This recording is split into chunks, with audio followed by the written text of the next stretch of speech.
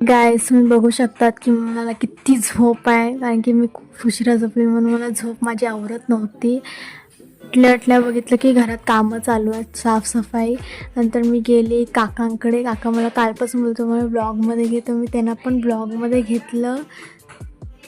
नंतर मी गेली आत्तेला बघायला. आत्ते कामं करत होते आणि जरा आम्ही गप्पा मारत होतो. नंतर बसून सगळं दाखवलं. हा माऊ आहे, हाय का किती cute आहे.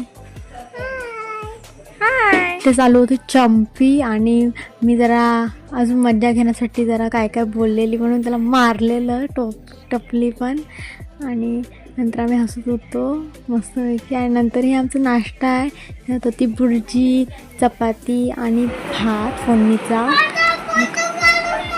नाही कळत आहे.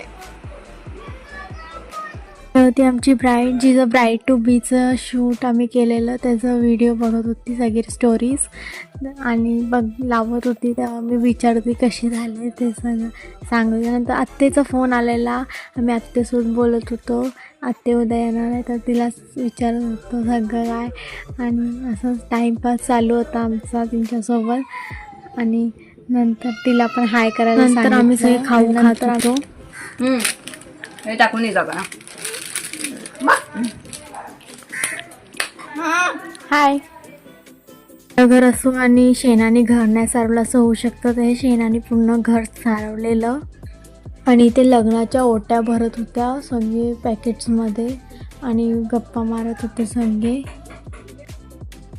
याच्यासोबत आपलं मंडप पण लागलेला आहे नवरीचा, हळदीचा. आणि आम्ही चाललेलो बाजारात. रात्रीचं जरा साहित्य घ्यायचं होतं, बिर्याणी बनणार होती म्हणून आम्ही घ्यायला गेलेलो साहित्य. आणि जेव्हा आम्ही घरी आलो तेव्हा आम्ही बघितलं की तुळशीचं लग्न होतं आहे तेव्हा, आणि मी घरात नव्हती, तर आत्तेच्या घरातलं तुळशीचं लग्न मी एन्जॉय केलं. आजसाठी एवढंच. बाय, भेटूया उद्या.